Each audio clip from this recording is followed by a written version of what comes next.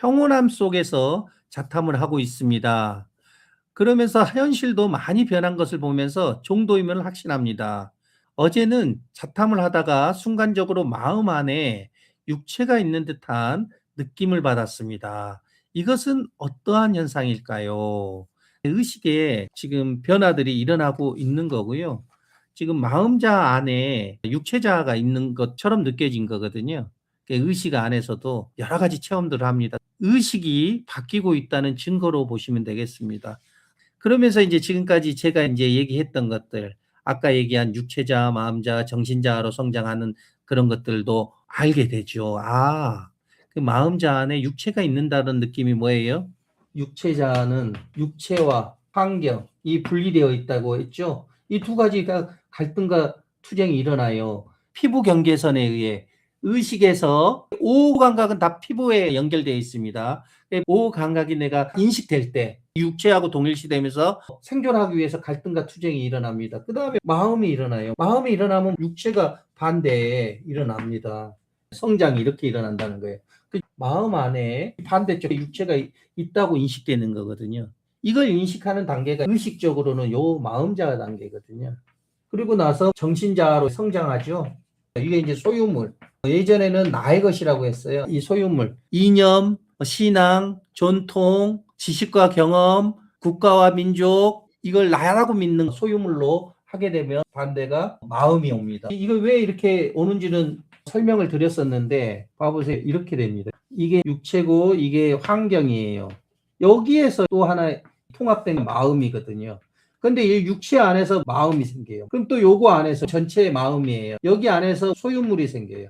그렇기 때문에 항상 이 반대쪽으로 대립되게 되게끔 돼 있어요. 그래서 의식에서 육체자가 일어나면 그 다음에 마음자가 일어나고 그 다음에 정신자아가 일어나요. 그래서 이게 의식에서 왔다 갔다 하면서 계속 오감각에 의해서 인식하고 있죠. 이게 소유물, 이거 마음, 이거 육체, 이렇게 세 가지가 포함하면서 분화해가지고 하나의 자아가 지금 여러분들이 계속적으로 오감각에 의해서 인식하고 있기 때문에 그래요. 근데 지금 현재 마음자 상태를 체험적으로 인식할 때가 있습니다. 그거였구나.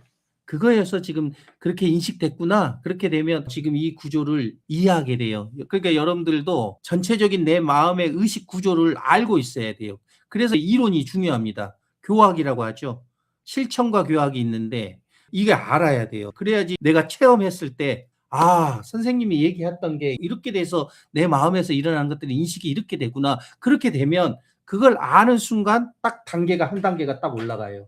내 단계가 이렇게 계단식인데 한참을 안 올라가다가 이렇게 있단 말이에요. 그런데 어느 순간 마음 안에 육체가 인식될 때 주체가 내 마음이고 객체를 그렇게 인식하고 있구나. 이렇게 인식되게 되면 단계로 올라간다는 거예요. 그러니까 우주 원리 법칙 이론적인 측면을 알아야 돼요. 여러분들이 성장하기 위해서. 알아야지만 체험하고 연결되면서 지혜로 바뀌어요. 이번에 책이 나오면 이 내용들이 다 있습니다. 그 책을 여러 번 읽어보고 내 체험과 결합해가지고 이해가 될 때가 있어요. 체험한 거와 이론이 연결될 때 성장이 돼요. 체험과 이론이 연결될 때 성장이 됩니다. 그래서 그렇구나. 그래서 일어났지. 이게 이제 실질적으로 지혜로 바뀐다는 겁니다.